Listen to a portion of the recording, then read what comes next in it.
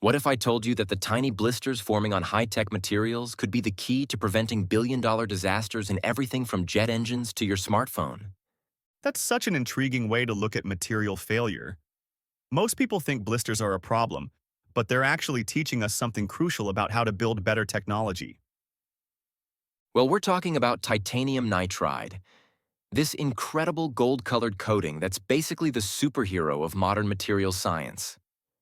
It's protecting critical components in jet engines, microchips, and high-performance tools where failure isn't just expensive, it's potentially catastrophic. You know what fascinates me about this coating? It's like having an Olympic athlete who looks amazing in gold, but can also bench press a car. At least, until things get too hot. And that's exactly where this groundbreaking research comes in. The traditional testing methods were completely useless at high temperatures, kind of like trying to test a winter coat in the middle of summer. So how did these researchers solve that problem? It seems like a pretty significant challenge. Well, they developed this brilliant method where they essentially watched these coatings fail in real time. They observed how circular blisters formed as the coating separated from the silicon underneath. And here's where it gets wild. Between 300 and 450 degrees Celsius, something completely unexpected happened. Hmm.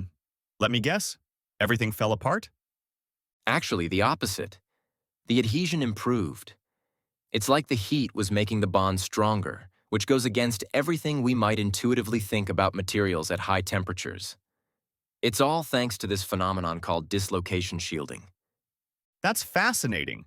So these imperfections are actually making the material stronger? That's like finding out your weaknesses are actually your greatest strengths. Exactly. These tiny imperfections in the silicon act like molecular shock absorbers, taking the heat, literally, so the interface stays intact.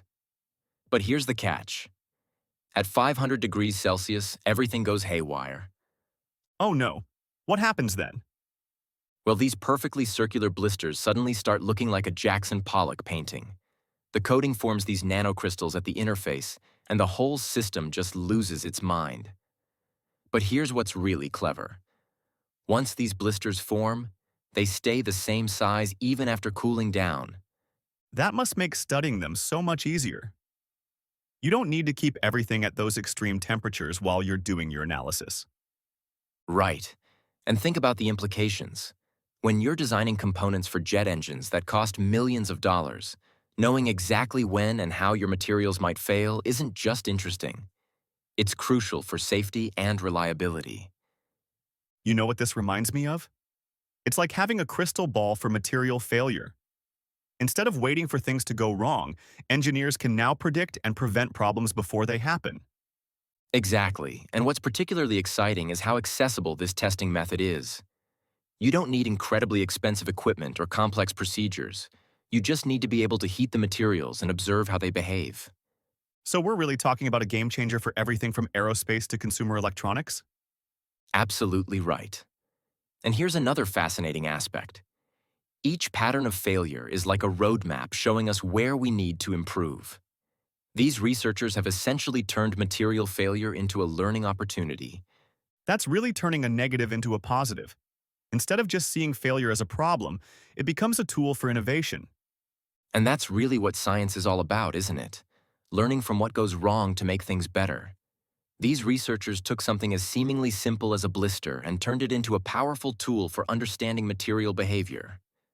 Well, I never thought I'd say this, but who knew blisters could be so revolutionary? Indeed, because at the end of the day, that's what this research is really about. Not just understanding why things fail, but preventing those failures in the first place. It's about making our technology more reliable, more efficient, and ultimately safer for everyone.